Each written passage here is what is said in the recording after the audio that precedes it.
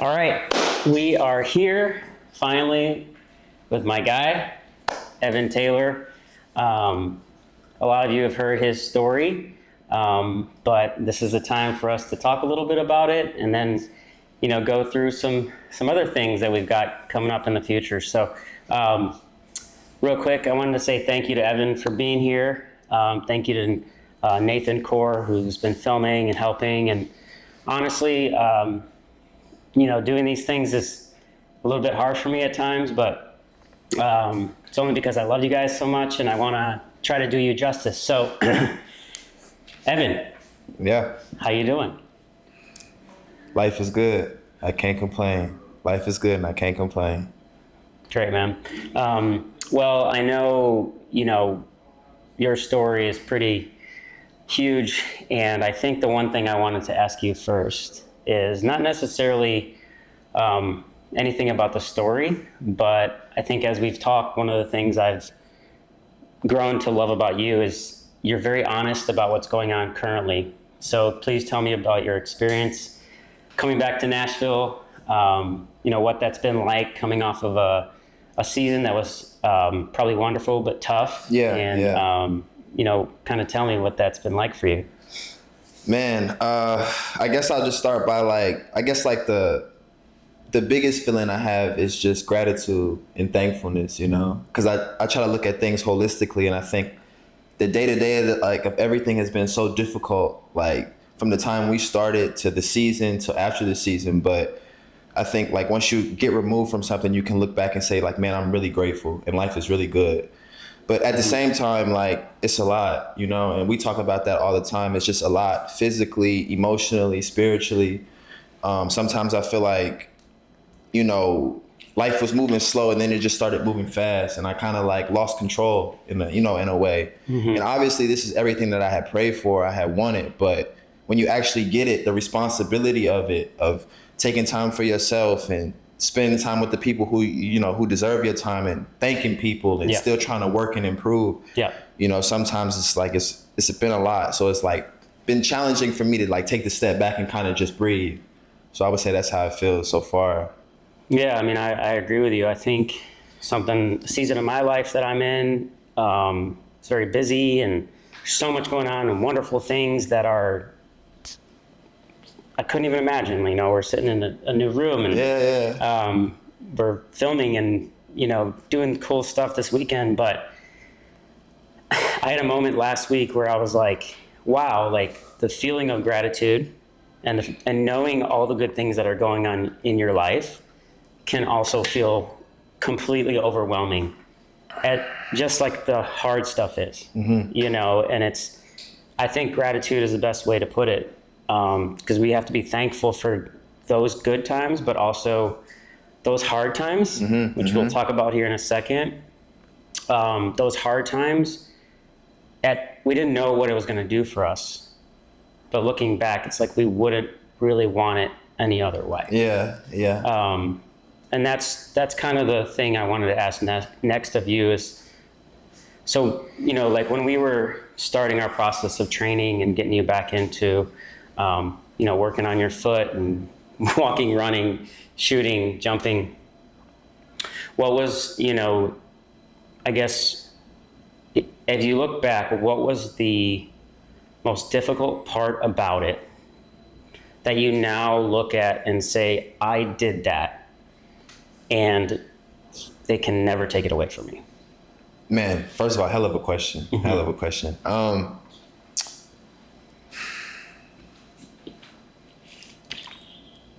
Starting back from the time where I was still in Europe and in the hospital, to getting out the hospital and then realizing, okay, I need to get back to the States. Like it was like one step at a time. And I quickly realized because when I was in the hospital, all I could think about was getting out the hospital, getting back on my feet. I got to get back on the court. But then when I got out the hospital, I realized one, this is going to take way longer than you thought it's going to take. This is a way worse situation than you think. And it's going to be probably the hardest thing you've done your whole life. So to answer your question, I think the hardest part was getting myself to accept how hard it was going to be and how long it was going to take. Mm-hmm. And like for that, I had to take time of like when I first got back to the States and I was on crutches and I couldn't walk, like I wasn't doing anything. Like, you know, I'm not leaving the couch just to go to the bathroom, just to get food. Like I didn't even have the courage or the get up to even try to do anything yet. So I think that's the part that I look back on, and it kind of hit me like midway through our process when we were making progress. It was like, man, I'm really doing this shit. Mm-hmm. But it was like, it took so much courage, internal courage, because it was like, well, what if I fail? Or like, what if it's not worth it? What if God like put me through all of this to kind of redirect me in another way in my life? Yeah. So there were so many things going through my mind, but it was just something inside of me like, just start when you're ready. Yeah. I knew like once I hit that start button, it was time to go, you know? So I think that was the hardest part, was like getting myself to the point where I had the courage and the balls to kind of go after it. Yeah. I mean, I've thought about, you know, for me, that question with you, and I cannot lie, like the moment that I touched your big toe the first time and you went into a full-on sweat. Yeah. And I felt how stiff it was. Like I could feel a ton of, like, not what you went through, but I knew like what your body had gone through by touching that big toe. And like around the same time of that day, you asked me something like, what do you think? And I was like, I don't know what this looks like yet. All I can do is promise you that I'm gonna work as hard as I possibly can to, number one, get this big toe moving and to help you get through this process. The goal is for you to be able to play again. But to be honest, I just want you to not feel like this, me pushing on your toe, and it's so traumatic. I want to get to a point first where we can push the toe and you're okay with it. That was like probably one of the hardest things. And then, you know, not even a month later, I was like, I want you to hold the basketball, yeah. You know, at East Park, and then taking you into the gym, passing you the ball and just telling you to shoot. And you just hit like so many in a row. You didn't even miss your first shot. That was when I was like, okay, I'm dealing with something different. Like as long as we set up the right environment, because he's setting up the right environment for himself, I really think we're going to be okay. Like that. And it was like very early on. Like I guess when I first touched your toe, I was like, I don't know if I can do this with him, if I'm the guy, if I can get him there, but I'm going to trust this. And then you shooting was like, no, he's going to do it. Like, I think after that day, I was like, I didn't know it was like that. Remember? Yeah. So that was,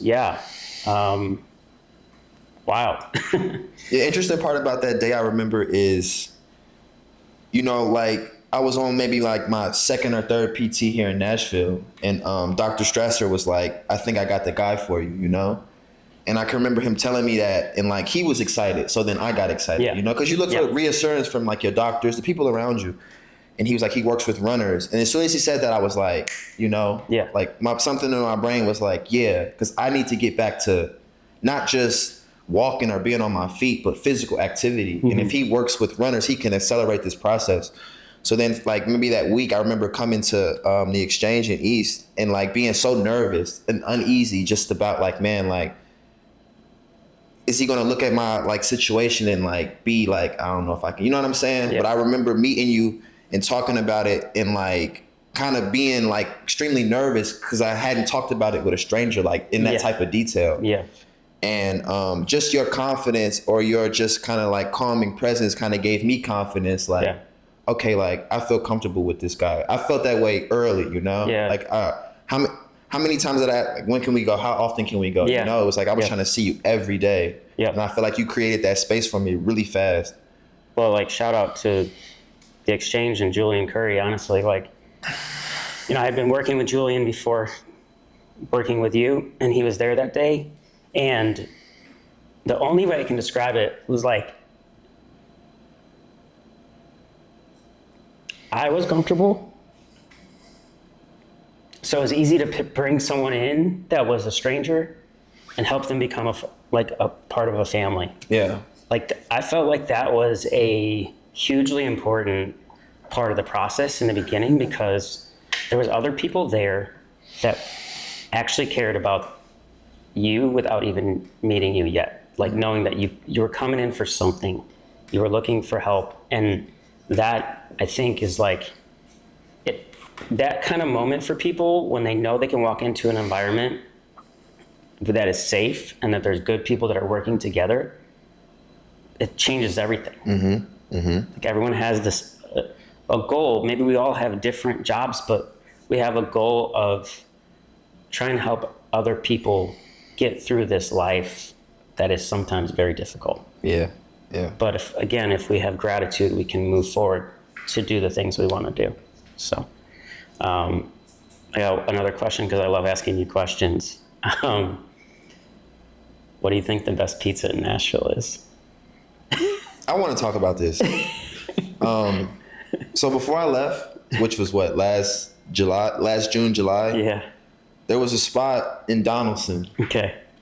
Donaldson is, where I do a lot of business at. And it was like a family-owned spot, like real, like kind of hole in the wall-ish, if you know, you know. Mm-hmm. It was called E. Milano's. Yeah. And I used to go there every Saturday after work. I get 2 pizzas, 2 large. I'm a pizza guy. Yeah. They had this like carry-out special, like $10 a pizza. So I'm all over that. Yeah. Every Saturday I was there. And so, like, obviously I've been in Europe 10 months. I remember like coming home maybe like beginning of May and like telling my dad like, hey, I'm going to get a pizza, and he was like, hey, I didn't want to tell you this over the phone. I want to break your heart. He kind of made this face at me like, I didn't want to tell you this over the phone, but somebody bought, E. Milano's and now it's a new place now. And by the way, the pizza's really bad. And man, when I tell you, that was like hearing like, it was like somebody died in my family, in my mind. Cause it was like, I'm the type of person that like, if I like you, I'm gonna keep going to you. Food, people, whatever, you know? Yeah. And so it broke my heart. So now I'm kind of in Smith & Lens is good. 5 Points is cool.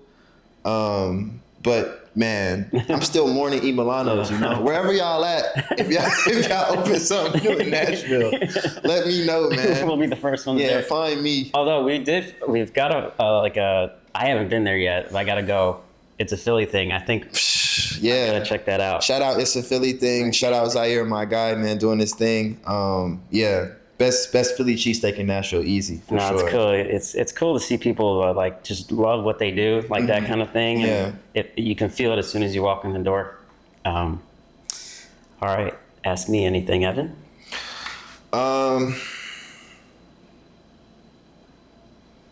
Outside of the moment, like when you first saw me play basketball, like if you can like pinpoint like a singular moment or like a time during our rehab where like it gave you confidence or you felt like that sense of like, oh, like this shit is working.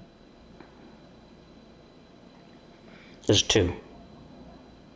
So it's still your big toe. It's always about the big toe. But after surgery, after surgery, I was meeting with Dr. Strasser and he was like, we did it. And I remember that like thought was like, you're right. We did everything right. Like as a healthcare team, like I really felt that way. Yeah. This is going to work. I really feel that way. And then that 2 days later on Sunday when we were in here and I pushed on your big toe and I'll never be able to erase this from my memory. It was the easiest movement that I ever felt, and it was the most gratifying feeling. And it was like, I remember what it was like when I first touched it, because I'm such a kinesthetic guy. I was like, holy shit, like we did it right here. He did it right. Dr. Strasser did it right. I just made sure that everyone was on the same team and we were communicating and we were getting through this like really difficult thing, which was, if we don't fix this big toe, if we don't get it moving, he's not going to be able to run properly. Right. Without injuring yourself more, because you were such a worker. Yeah. Like even when that thing was so stiff, you were doing stuff in the gym. I was like, this is crazy. Yeah. Yeah. But also feeling the repercussions of what it did to your knee and your hip and that kind of thing. And then your perfect game in Germany. Like I remember looking at the stats. that doesn't happen. Yeah. Like, it's so rare. And I was like, I couldn't stop telling people, because I was like, it wasn't about me. It was about the fact that, like you were talking about, knowing that you went through so much, and you decided one day you were just going to play basketball. And then you did it really well. And then you became a leader on the team. And then, like, you're going back. Yeah. Or playing more. Like, that felt like the big one, you know? Yeah. That was kind of a full circle moment. And then, you know, more recently, walking into this new room, and the familiarity of me working on you. Yeah. Was like, we haven't stopped the process. It's still going. We're still doing it. It's like, what is so important about what we do as professionals and athletes is to continue to work on our craft and to always look for better and what's next, and like, how do we get better at this thing, which is like so cool about sports. Yeah.